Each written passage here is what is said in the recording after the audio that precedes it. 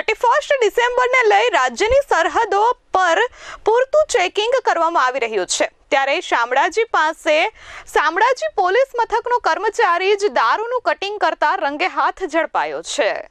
31 ડિસેમ્બરને લઈ રાજ્યમાં દારૂ ન ઘૂસે તે માટે રાજ્યની આંતર બોર્ડરો પર સઘન ચેકિંગ કરવામાં આવી રહ્યું છે, ત્યારે અરવલ્લી જિલ્લામાં ખાખી જ બદનામ થઈ હોય તેવો કિસ્સો સામે આવ્યો છે।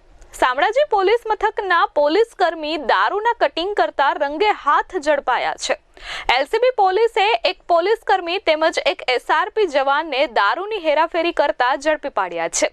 3,75,000ની કિંમતના દારૂ સાથે 2 પોલીસ કર્મીઓ ઝડપાયા છે। રાત્રિના સમયે શામળાજી અણસોલ નજીક દારૂનું કટિંગ થઈ રહ્યું હતું। શામળાજી અણસોલ ચેકપોસ્ટ પર ફરજ બજાવતા પોલીસ કર્મી પોપટભાઈ ભરવાડ અને રાહુલભાઈ ઉર્ફે જયેશભાઈ લીલાભાઈ દેસાઈ એસઆરપી ગ્રુપ વાળા ત્યાં હાજર હતા અને દારૂનું કટિંગ કરી રહ્યા હતા। રિક્ષામાં આ દારૂનું કટિંગ થતું હતું। એલસીબી પોલીસે બાતમીના આધારે દરોડા પાડતા પોલીસે 4 લોકોની અટકાયત કરી છે, જેમાં 2 પોલીસ કર્મી છે। અરવલ્લી જિલ્લામાં ખાખી બદનામ થતા લોકો પણ સવાલ કરી રહ્યા છે કે પોલીસ જ દારૂ વેચાણમાં સંડોવાયેલી છે। ગઈકાલે શામળાજી ચેકપોસ્ટ ખાતે અમારી ટીમ શામળાજી પોલીસ સ્ટેશનની ટીમ રેગ્યુલર 31 ડિસેમ્બરના કામગીરીમાં ચેકિંગમાં હતી। એ દરમિયાન એક શંકાસ્પદ બાઇક પોલીસને ધ્યાને આવેલું। વધારે ડીપમાં પૂછપરછ કરતા એણે ગોળ ગોળ જવાબ આપ્યા હતા, એટલે એને કારણે થઈને આખું બાઇક ચેક કરતા એ બાઇક સવાર જે હતો બિરેન કરીને એ ઉત્તર પ્રદેશના ફરુખાબાદથી બાઇક લઈ અને 2 દિવસ પહેલા નીકળેલો અને લૂંટના ઈરાદે અમદાવાદની આજુબાજુ અથવા અમદાવાદ સિટીમાં ક્યાંય લૂંટ કરવાના ઈરાદે એ 4 લોકો એક સાથે નીકળેલા અને એમની પાસેથી અમે 3 કટ્ટા દેશી ઇન્ડિયન મેડ ગન અને 18 જીવતા રાઉન્ડ કબજે કરેલા છે। આરોપીનો ઇન્ટ્રોગેશન અત્યારે ચાલુ છે। અમે કોર્ટ પાસેથી 7 દિવસના રિમાન્ડ પણ લીધા છે અને અન્ય આરોપીઓ એમાં પકડવાની કાર્યવાહી માટે એસઓજી દ્વારા તપાસ ચાલી રહી છે અને અલગ અલગ ટીમો અન્ય આરોપીઓ પકડવા માટે અલગ અલગ જગ્યાએ અત્યારે કાર્યવાહી કરી રહી છે।